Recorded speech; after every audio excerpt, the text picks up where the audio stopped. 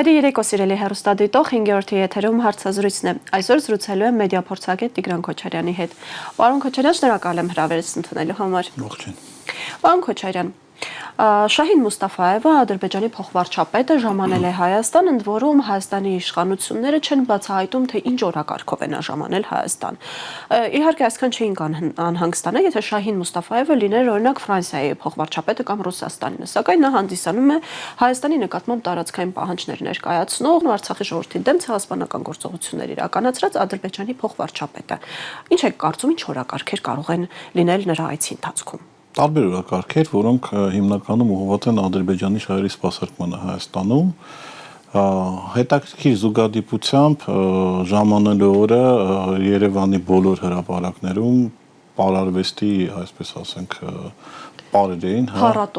փառատոներ էին։ Ես այն մտքին չեմ հակնում, որ հատուկ սպառում էին դիմավորելով Մուստաֆայևին, իմ կարծիքով ավելի շատ ոնց որ թե ապավագրում են իրենց, եթե անդիմությունը որոշակի ինչ-որ բողոքի ակցիաներ փորձի անի եւ փաստացի բոլոր հրապարակները զբաղված են քաղաքի։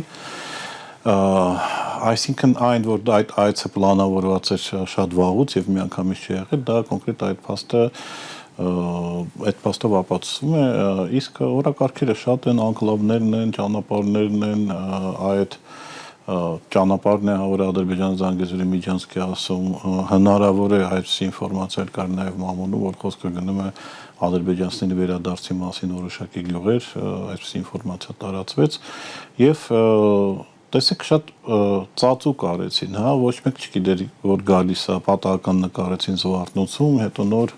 մամուլի եւ հասարակության ճնշման ներքո կառավարությունը հաստատեց, որ եկել է, շատ արագ գնաց այդ աղվերան ու մնաց ու շատ արագ հետ գնաց, այսինքն այնպես որ Երևանում չհասունանա որոշակի բողոքի ալի կամ չփորձի որոշակի բաներ կազմակերպվի, իսկ եթե մի բան արվում է ծածուկ, ոչ հանրայինորեն, դա նշանակում է, որ որևէ լավ բան դրա տակ չկա, որովհետեւ եթե ինչ որ ազնիվ մղումներով ինչ որ հանդիպում էր, չգիտեմ, միգուցե գերիների վերադարձեր քննարկում եւ այլն, կարելի է դա բացահայտ անել եւ այսպես թաքուն բաներ չանել։ Այսինքն խաղաղության օրակարգի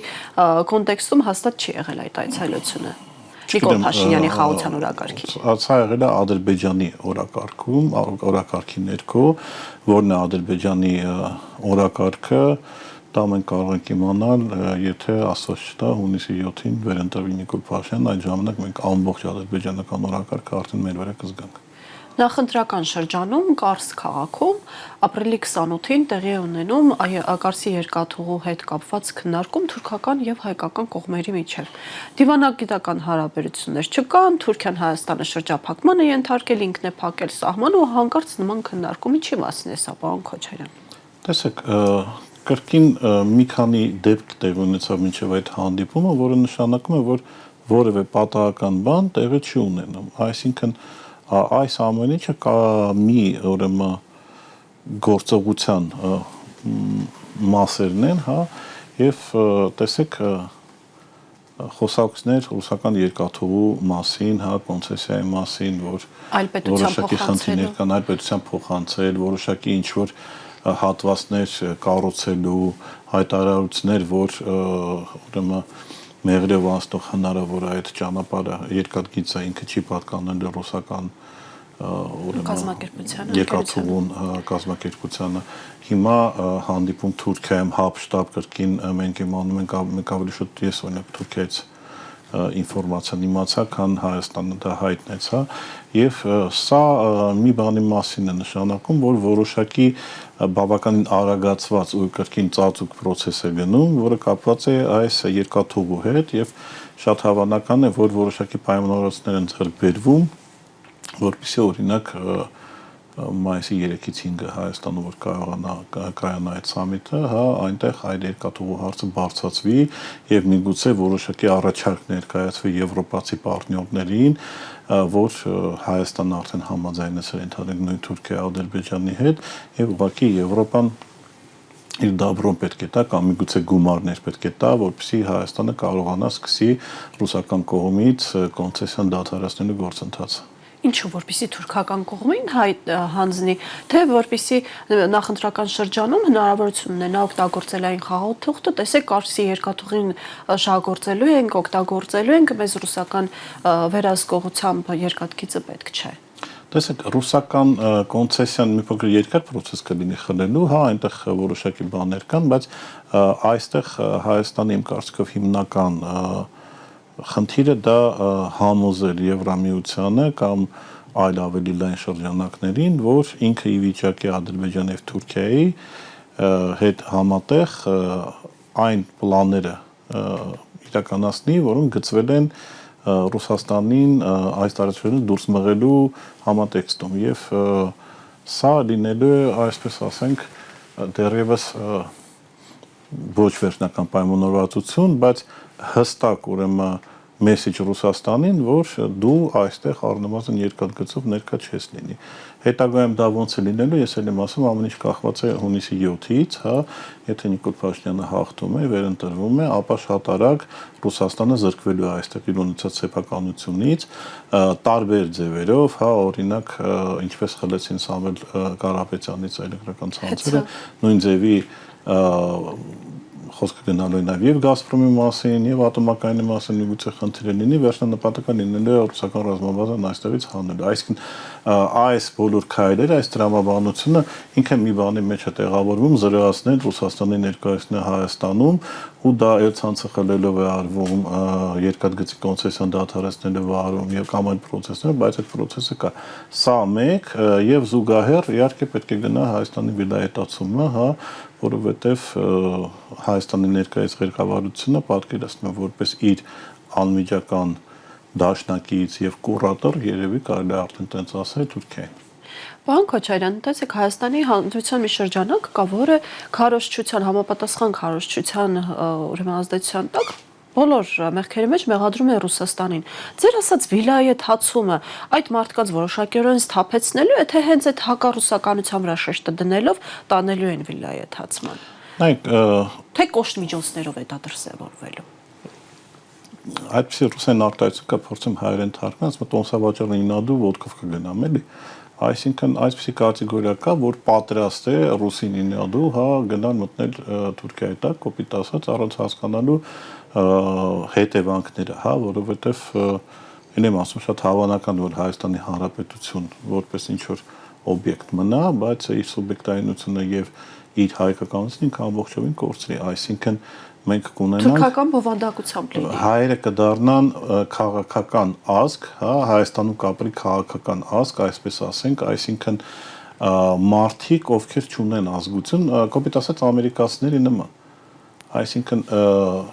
դրան մի քանի խանգարող հանգամանք կա, օրինակ եկեղեցի եւ այլն պատմություն մասից եւ այլն մեր ավանդույթները, այսինքն մեզ փորձնելու են այդպիսի սարքեն Հայաստանի Հանրապետության քաղաքացին ազգություն չի ունենալու։ Ազգային դեմք չի ունենա։ Ազգային դեմք չի ունեն, ինքն քաղաքացին դա կարող է հնդիկ լինի, ռուս լինի, հայ լինի, այլ ինչ որ ազգություն ունի, պակիստանցի, բանգլադեշցի, իրանք բոլորը համարժեք են լինելու Հայաստանի Հանրապետության տարածքում։ Նպատակը դա է եւ այդ նպատակով են իրենք շարժվում։ Եվ ել եմ ասում, ցավում եմ, որ Հայաստանի Հանրապետության տարածքում կան մարդիկ եւ շատ չեն, բայց քիչ էլ չեն, որոնք այդ մատրիցայի մեջ տեղավորվում են, որ ավելի լավ թուրքը լինի մեր գլխին, քան ընդհանրենք մենք Ռուսիայի հետ ընկերություն ունենանք եւ այս process-ը շարունակում է, իշխանությունը շարունակում է մոլորեցնել մարդկանց, բայց արդյունքները շատ ավելի վատն են լինելու, որովհետեւ Եթե Հայաստանը դառնա Ռուսաստանը մեր թշնամական պետություն եւ Ռուսաստանը սկսի հարաբերվի Հայաստանի հետ որպես ոչ բարեկամ երկիր, ինչ է լինելու, դա կրկին էլի որևէ կռայելու կամ գուշակելու բան չկա, ուղղակի պետք է նայել այն երկրներում գործընթացներին, որոնք այդպիսի բան են արել, խոսքը Մոլդովայի մասն է գնում, Վրաստանի մասն է գնում, Ուկրաինայի մասն է գնում, այսինքն դա էլ կարելի է տեսնել, այսինքն այստեղ էլ որևէ բան չկա, այսպես ասենք։ Օրինակներ կան, այո, կարելի է նայել ու մտածել։ Եվ մտածել, հույս ունեմ, որ Հայաստանի Հանրապետության ժողովուրդը մեծամասնությունը գոնե մտածելու բանը մնացել է ինձ մեջ։ Պարոն Քոչարյան, դուք նշեցիք, որ եթե այս իշխանությունները վերարտադրվեն, ապա Ռուսաստանին թողնելու են 0 ազդեցություն մեր երկրում, նաև ենթադրաբար նաև տարածաշրջանում։ Շատերը չեն պատկերացնում, թե այդ process-ը ինչ արագությամբ է զարգանալու։ Դա շատ արագ է տեղի ունենալու, թե որոշակի ժամանակ է փոխանցվելու դրա համար։ Դա ես դրա համար մատնանշեցի 3 երկիրը՝ Վրաստան, Մոլդովա, Ուկրաինա, այդտեղ տարբեր արագություններով ու տարբեր չափով է գնացել։ Բայց Փաշինյանի վճռականությունը, այո, այս հարցում հաշվի առնելով ինչ եք կարծում։ Նայեք, ի տարբերություն այդ 3 երկրների, Հայաստանը ունի ամենամեծ կախումը Ռուսաստանից եւ փոքր զավեշտալ է, որ կախումը մեծացել է հենց Փաշինյանի ժամանակ, հա, երբ որ ինքը աուկցիոն էր հանել Հայաստանը եւ փորձում էր բոլոր երկրներին տեղավորել։ Այս դեպքում ինչ-ինչ իր իշխանությունը պահպանելու համար, որտեղ Փաշինյանը պետք է պահպանել իշխանությունը, որպեսզի այդ պրոթուրքական նախագիծը անել։ Հիմա տեսեք, շատերը հիմա որոշակի բաներից են զարմանում, հա, որ Մասիսարը խորվիրապի նկարից հանած է, չգիտեմ,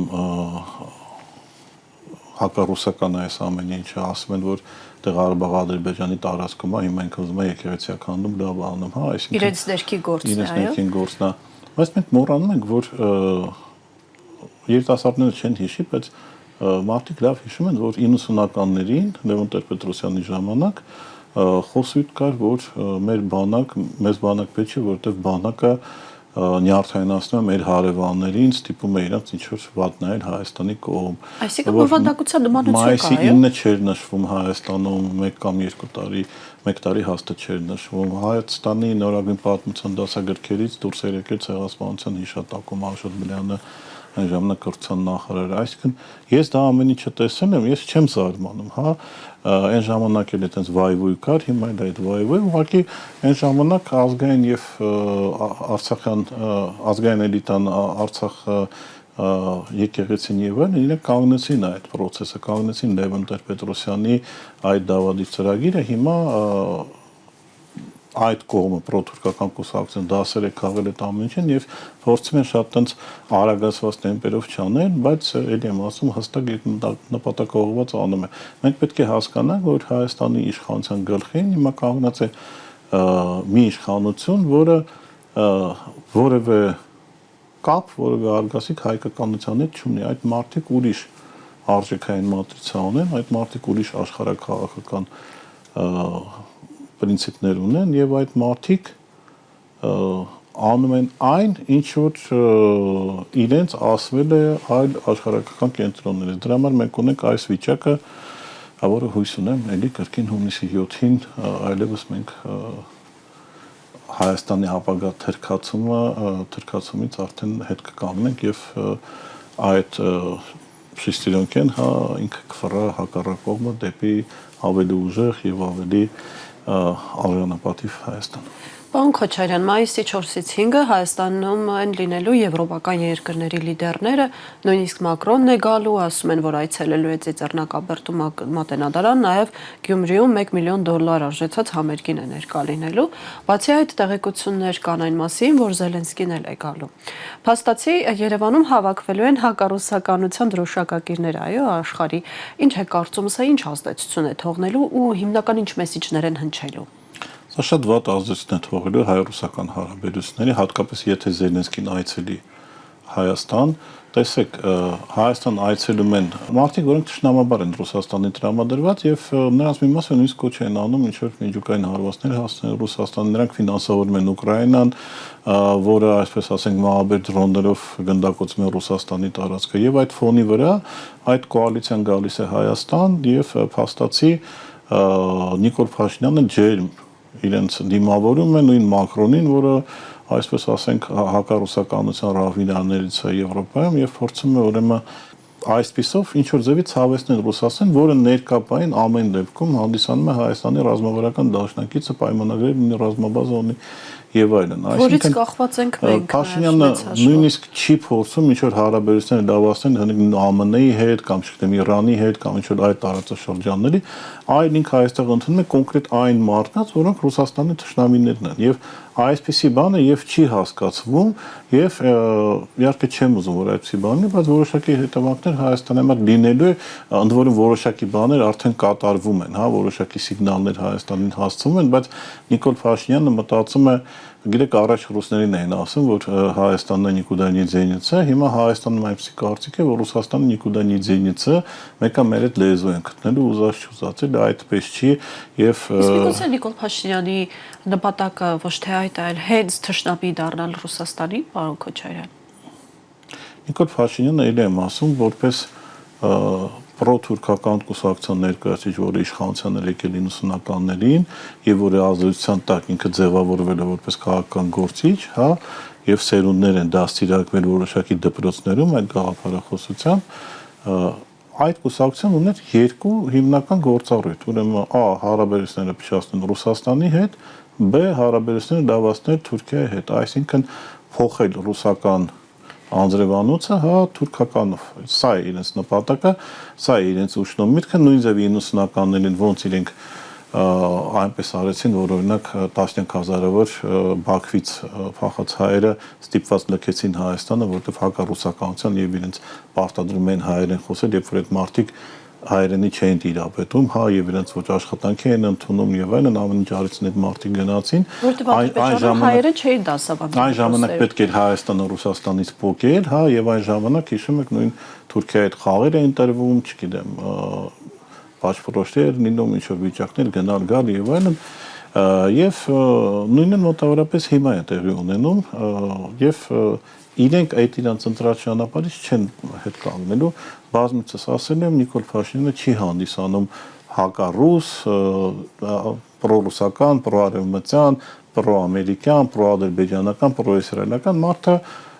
պրոթուրքական գործիչ է, այնքանով, որ ինքը տեսնում է Հայաստանի ապագան Թուրքիայի ուղղեցում։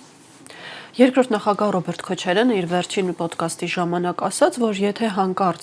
Ռուսաստանի վրայից հանվեն պատժամիջոցները, ապա Հայաստանի տնտեսությունը կհայտնվի շատ բարդ իրավիճակում։ Հիշեցնենք, որ Ռուսաստանից ամենամեծ կախումը տնտեսական առումով Հայաստանը ունեցավ հենց Նիկոլ Փաշինյանի կառավարման տարիներին, այո։ Հաշվի առնելով այս քաղաքականությունը հակառուսականության, որ Փաշինյանը տանում է, ինչ տնտեսական դժվարությունների մասին է խոսքը գնում, պարոն Քոչարյան։ Իհարկե մենք արդեն խոսեցինք, բայց կուզենայի, որ հեռուստադիտողը շատ ավելի պատկերավոր հասկանար, թե անձամբ իր վրա դա ինչպես է մոտավոր անդրադառնալու։ Եթե ամենավատ սցենարով գնանք, դա լինելու է նույն մութ-ցուրտ տարիներ, ուղղակի Ռուսաստանից այլևս բարեկամները փող չեն ուղարկելու, ու Ռուսաստան այլևս հնարավոր չի լինելու գնալ, որպեսզի ինչ-որ ձևի աշխատել եւ ընտանիք պահել, այսինքն շատ խիստ մոտավորապես եմ ասում։ Եվ այն ժամանակ, եթե մենք հասկանում ենք հանուն ինչի էր դա, որովհետև Արցախի համար պատերազմ էր, հա, հիմա մարդկանց դժվար է բացատրել հանուն ինչի մարդիկ պետք է տուժեն, հա, միայն զուտ նրա համար, որ Նիկոլ Փաշինյանը որոշեց ինչ-որ աշխարհակական վեկտորը փոխել եւ Հայաստանը դարձնել Թուրքիայի կցորդ, հա։ Սա է ոնց որ հիմնականը մենք ինչ զգալու ենք եւ այսպես ասենք ոչ վախացնում եք, ոչ ման, գիտեք, Ռուսաստանը այդ կողմից շատ պարզ պետություն է, հա, ինքը ոնց ասում է, այնպես էլ անում է։ Հիմա տնտեսության հետ կապված, նայեք, նույն Ռոբերտ Քոչարյանի տարիներին հիմա շատերը ասում են շուզողները, հա, որ այն ժամանակ աշխարհում ընդհանուր տնտեսական մեծ աճ էր զգացվել եւ Հայաստանը ոնց էր օգտվել այդ աճից։ Հիմա էլի լավ Հայաստանի համար շատ լավ պայմաններ են, հա, միլիարդներով աճեց Հայաստանի շրջանառությունը, տնտեսական աճը երկնիշ թիվ ինչ որ մի բան ունեցավ, ինչ ունեցանք արդյունքում։ Ոչ մի ճանապարհ չկառուցվեց։ Հա, ասֆալտապատումը մի կողմ ենք դնում, տեսնում ենք որակ էլի, ոչ մի էստակադա չկառուցվեց, ոչ մի մետրոյի կայարան չկառուցվեց, ոչ մի կոնկրետ մեծ նշանակալից ծրագիր չկառուցվեց։ Էլի Հայաստան միլիարդերով փող է մտնում դուրս գալիս, հա։ Քոչարյանի ժամանակ այո, կար տնտեսական աճ, բայց կարևոր էր ընդհանուր աշխարհի, բայց կարևոր էր նաև այն հնարավորությունը Հայաստան փող բերելու եւ այդ բերած փողով ինֆրաստրուկտուրային փոփոխություններ անելու եւ մենք ամեն օր նույնիսկ հիմա մենք որ դուրս են գալիս փողոց, մենք կարող ենք տեսնել այն փոփոխությունները, որոնք արվել են Ռոբերտ Քոչարյանի կառավարության տարիներին եւ Սա այնքան բացահայտ, այնց մարդիկ ովքեր Հաստերով է, ատում են Քոչարյանին, նույն հյուսային պողոտայով են քայլում այդ մարդիկ ովքեր ատում են Քոչարյանին։ Սրճարաններում ժամանակ են Սրճարաններում են անցկացնում։ մանումենտից այդ էստակադաներով իջնում են, բարեկամության էստակադով են օգտվում, այսինքն Դավիթ Հաշինի կամուրջով են օգտվում, բազմաթիվ այսպիսի աշտարակի կամուրջով եւ այլն, այսինքն բազմաթիվ այսպիսի բաներ կարելի է ասել, ինչի չեն անում։ Եվ տեսեք, կան նաև թվեր ցույց են տալիս, որ 34% Ռուսաստանի հետ է, ինչ որ քանի տոկոս Էմիրատների եւ Չինաստանի հետ, այդ Էմիրատն ու Չինաստանն էլ Ռուսաստանի հետ կապված։ Այսինքն ռուս-ուկրաինական պատերազմի հետևանքով այդ գորշ էքսպորտի, զուգահեռ իմպորտի ձևերն են, հա, որոնք ինչպես նախագահն էլ ասաց, եթե հանկարծակի սանկցիաները Ռուսաստանից հանեն, Հայաստանը եւ դրա տիպի այլ երկրներ ու միջոցով Ռուսաստանը որոշակի հարցեր է լուծում, իր տնտեսության համար, իրանք ուղղակի արդեն պետք չեն գա։ Եվ մենք կվերադառնանք ի շրջանս յուր, որտեղ շատ սարսափելի վիճակ է, որտեղ կրկին բացի օգտակար հանածոներից Հայաստանը աշխարհին որևէ բան տրամադրել չի կարող։ Օգտակար հանածոներ եւ ժողովրդի գրպանը մտնեն տարբեր տիպի բուկմերական կազմակերպությունների միջոցով։ Սա է Հայաստանի ներկայիս տնտեսական վիճակը։ Նաև հարկատեսակների ավելացմամբ ու հարկաչափերի ավելացմամբ։ Իդեպ ընդհանուր առմամբ, եթե գնահատեք Հայաստան դաշնքի ներկայացրած տնտեսական ծրագիրը, որոնք են այն հիմնական կետերը, որոնց վրա դուք ուշադրություն կհրավիրեիք։ Օրինակ շատ ճիշտ բան ասում էր նախագահն վերջի ոդկասթի ժամանակ, որ օրինակ պետք չի հարկերից ազատել ինչ որ գործարարների, հա, այդ պետք է ոլորտները հարկերից ազատել։ Ես հիշում եմ կարծեմ ադամանդագործությունը իր ժամանակ, հա, ուղղակի 1-2 տարով հարկերից ազատեց ամբողջ ոլորտը, հա, եւ նոր Հաչն քաղաքը օրինակ ծաղկեց, որովհետեւ մարդիկ պայմանագրեր կնքեցին խոշոր գործարարների հետ, նրանք ադամանդները բերում էին, ադամանդները շլիֆովկա են անում եւ այլն, բերում են ինչ-որ առողջական վիճակի մեջ եւ բան են անում, վաճառում են, ձեռնարկություններ ստեղծվեցին, ճանապարհներ վերանորոգվեցին եւ այլն, այսինքն շարժ եղավ, նոր Հաշնի ժողովուրդը երևի կհիշի, որ ցենց բավականին ցենց դեպրեսիվ քաղաքից ինքը դարձավ Հայաստանի առաջատար լավագույն քաղաքներից եւ շատ մարդիկ նույնիսկ այնտեղ ցեն բնակարան առնել։ Այսինքն կոնկրետ օրինակ այդպիսի մոտեցումը, հա, ոչ պոպուլիստական խոստումները, ուրեմն ինչով է տարբերվում Ռոբերտ Քոչարյանը մնացած գործիչներից, որ ինքը արդեն դրանով անցել է եւ ինքը արդեն ապացուցել է, որ ինքը կարող անում է, ինքը չի ասում ես թոշակը 5 անգամ կբարձրացնեմ, բայց ինքը կարող է ասել, որ ընդհանրենք ես կարող եմ ապահովել թոշակներ, չգիտեմ, 18, 22, 30% անոճ եւ քանի որ ինքը դա արդեն արել է, այդ կողմից վստահությունն բավականին շատ է։ Եվ այն տնտեսական ծրագիրը, որ Հայաստան դաշինքն է ներկայացնել, ինքը այնքանով է գրավիչ, որ ինքը իրագործվող է ամենայն հարգանքով բոլոր մնացած իշխանական եւ անտիմադիր կուսակցությունների տնտեսական ծրագրերին։ Այսինքն իրատեսական ծրագիր։ Իրատեսական է եւ այն եմ ասեմ, միգուցե այստեղ մի փոքր ինքը զիջում է, որովհետեւ ինքը պոպուլիստ մարդ չէ, հա, բայց ամեն դեպքում ինքը ռեալ մարդ է, ռեալ պոլիտիկի մարդ է եւ այն թվերը, որ գրած է եւ այն խոստումները, որ գրված է, իրենք իրագործելու են։ Պարոն Քոչարյան, Ալեն Սիմոնյանը զգուշացնում է բոլորին, որ անկախ այն հանգամանքից, թե ինչ հավելվածով ենք խոսում, լինի դա Telegram, WhatsApp, թե Signal, միևնույն է մեզ հետևում են։ Նորմալ երկրներում աղացան կգար կհավաքեր, հա, Ալեն Սիմոնյանին, ասել ինքերես ինչեր ես ասում, հա, նորմալ երկրում, այս երկրում պաշտոնյան կարող է իրեն թույլ տա այսպիսի արտահայտություններ, բայց ես ուրիշ ռակուրս ունեմ եւ Ռուբեն Ռուբինյանի վերջին մի քանի ռիլզերը իրենք ուղղված են հիմնականում այն հայերին, ովքեր ժամանում են կամ ժամանելու են Հայաստան ընտրություններին մասնակցելու նպատակով, այսինքն ժողովրդական արդեն ասեմ, կներեք ժարգոնը, ստրախ են գանյատանում, հա, մարդկանց վրա, որ կբռնենք, կփակենք, կձերբակալենք բան, որպեսզի ինչ որ ձևի հետ պային, ինչ որ մարդկանց ովքեր ուզելու են գան քվեարկեն, էլի, այսինքն մենք ձեզ լսում ենք, ուրեմն հաստատ քեզ ինչ որ տաշերի սամուն փողա տվել կամ չգիտեմ ես մեկը փողա տվել կգաս կբռնենք ես իմ եւ այլն բան, ընդհանրապես այս մակարդակից ժուտ վախ սերմանելու մարդկանց մեջ, որ այս մարդն ասի չէ, էլ չգամ, էլ ընտրությանը չմասնակցեմ եւ այլն, չի կարող պետությունը լսել, գաղտնի լսել բոլոր այսպես ասենք, ռեսուրս չունեն։ Ցանցերը, միգուցե ռեսուրսը չունեն, որովհետև սահմանափակ է, այսինքն իրենք կարող են լսել, չգիտեմ, Pegasus-ի միջոցով, մենակ եթե նստածեն հեռախոսների վրա, բայց ինձ չի թվում, որ Հայաստանը այդքան փող ունի, որ կարող է իրեն թույլ տալ 3 միլիոն հեռախոսի վրա Pegasus նստածնել, հա։ Որտեղ ամեն գաղտնալսումը 150,000-ի չափ է, հա, գաղտնալսումը բավականին թանկ է եւ այլն։ Ուղղակի են ասում, մարդկանց վախեցնեն, որ մենք ձեզ լսում ենք։ Հիմա նայեք, ինքը հայտնել է նաեւ որոշ հայաստանյան կազմակերպության անուններ է տվել, հա, որ ինքը նաեւ գաղտնալսում են, դա իմ կարծիքով իսկական ժամանակն է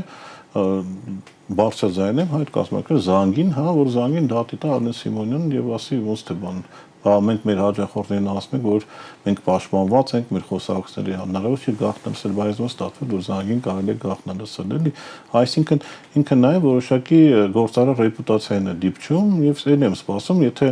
Զանգին մտածում է իր գործարարական ռեպուտացիայի մասին, ինքը առնվազն հարցերը պետք է բարձրացնի, եթե ոչ դատի տա։ Այսինքն սա էլ եմ ասում, սա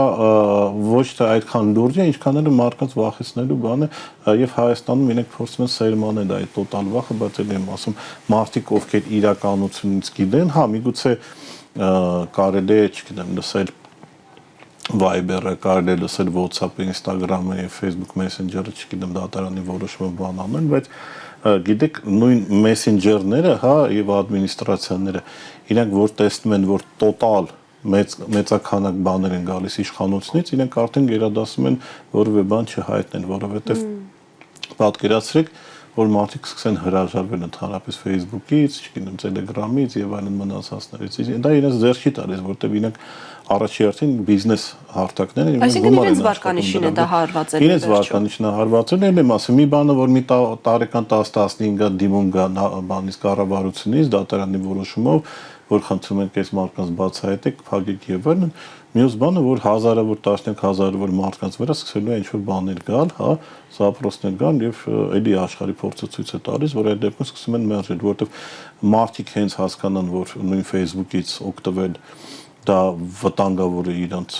առողջության համար, այսպես ասենք, հա, այնինք ուղղակի Facebook-ից չեն օգտվել եւ Facebook-ը կսկսի լսարան կորցնել։ Այդպիսի դեպքեր եղել են եւ որոշակի բանից խոշոր, այսպես ասենք, ցանցերը դադարել են կառավարության իշխանությունների հետ աշխատել, որտեղ դա իրենց ձեռք չի տալիս։ Նույն խոսքը Telegram-ի մասին է, հա, որ հիմա տեսեք նույն Ռուսաստանում, որ սկսել է Telegram-ի վրա սահմանափակումներ դնել եւ տանել դեպի իր սեփական ցանցը, Telegram-ը արդեն որոշակի քայլեր է անում, որ այսինչ կոչ դիտքից չբռնի։ Դրա համար սա բլեֆ է, քաղաքական բլեֆ է, ինչ որ ասում է Արմեն Սիմոնյանը, ինչ որ անում է Ռուբեն Ռուբենյանը, եկեք զարմանել է, ասում է դուք հենց մտնեք զվարթը, ձերբակալվելու եք։ Այսինքն ահաբեկում են սեփական քաղաքացիներին, իրենց ընտրական իրավունքը իրացնելու համար։ Դատարանի որոշումը որտեղ է, մարդը Ռուսաստանից եկել է, ենթադրենք, եղբոր ծնունդին, կնունքին, հարսանիքին, կամ թեկուզ իր ընտրական իրավունքը իրացնելու համար։ Չէ, բացավրական բան է, ընտրական իրավունքի մասին չողնել, ուղղակի եկել է Հայաստան, դու ինչ ես ասել, ասես կաչակ ես վերցնում գնա նստի։ Ես այդ մարդկանց խորհուրդ եմ տալիս բոլորին, որ ով կա Հայաստան անձնագրային այդ հսկման կետում, ասում որ եկել եմ Նիկոլ Փաշինյանն ընտրելու, նա ինչ են անում։ Վստահաբար նրանց չեն խանգարելու։ Հա,